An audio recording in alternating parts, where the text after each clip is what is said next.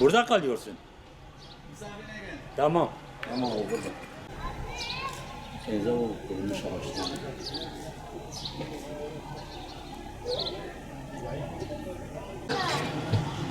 Ya Kenan buraya ver. Ben şuraya. Oraya gidiyoruz oraya. Sen ben de.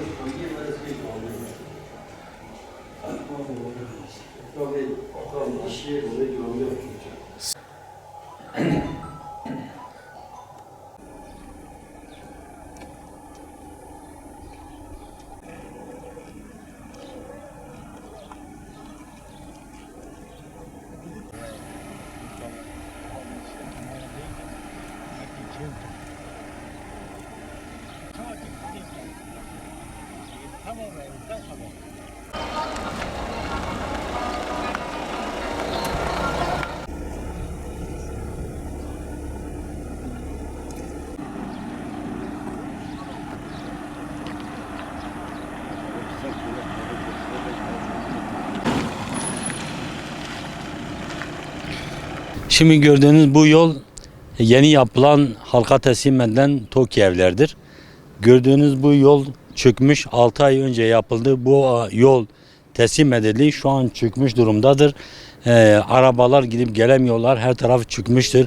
Biraz sonra TOKİ'ye gideceğiz. Oradaki sorunları da tek tek halkın, milleti de dinleyeceğiz. Biz de dile getireceğiz.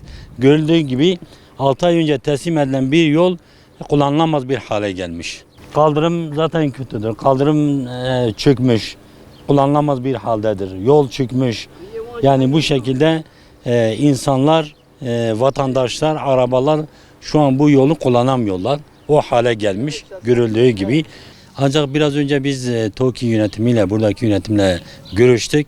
Bunlar işe el attıklarını, sorun ve sıkıntıları yeniden yapacaklarını, çöken kaldırımları, çöken yolun yeniden imarı yapacaklarını söylediler. Bu şekilde bir söz verdiler. İnşallah temelimiz en kısa zamanda bozulan yolları, kaldırımları ve çöküntüleri en kısa zamanda yaparlar. Ayrıca önemli bir sorun var. DİSKİ'nin buraya su vermedikleri, üst katlara su çıkmadığını, halkın susuzluktan perişan oldukları, bundan dolayı ağaçların korudukları, çimlerin koruduklarını vatandaşlar dile getirdiler. Bir an önce DİSKİ ve belediye görevlerini yapıp bu işe el atmaları gerekir. Vatandaşlarımıza su vermeleri gerekir. Üst katlara kadar su çıkmamaktadır ve ağaçlar, otlar, çimler susuzluktan dolayı kurumaktadırlar. Sağ olsunlar TOKİ evleri yapıp bitirirken ondan sonra buraya güzel bir cami de yapılmış ama maalesef cami açılmadı, cami bitmedi. Sorunlarla beraber halka terk edildi. Bir ara ben Silvan Müftülüğü de aradım. Sonra dedim buraya bir imam tayin edilmesi gerekir. Ramazan ayında, teravih zamanında. O zaman dediler, Müftü Bey dedi, cami bitmemiş, cami bize teslim edilmemiş. Bitmeyen sorunları bitmemiş bir camiyi biz bu şekilde teslim alamayız. Haklı olarak teslim almadılar. Dışarıda da gördüğünüz gibi caminin etrafı daha açılmadan, halk içinde namaz kılmadan caminin etrafı çökmüş, kullanılamaz bir durumdadır. İçinden namaz kılınmamış, cami açılmamış bir cami tamamen yıkılmış durumda, terk edilmiş durumda. Bu şekilde devam ederse cami terk edilecek, cami kullanılamaz bir hale gelecek.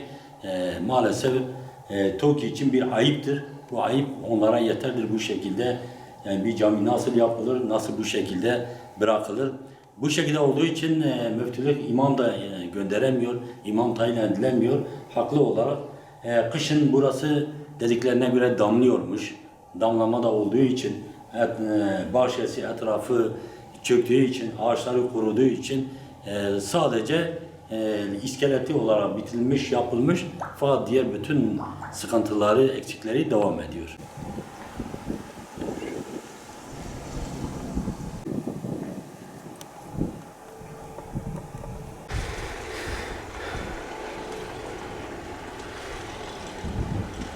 O minareyi de komple alabiliriz.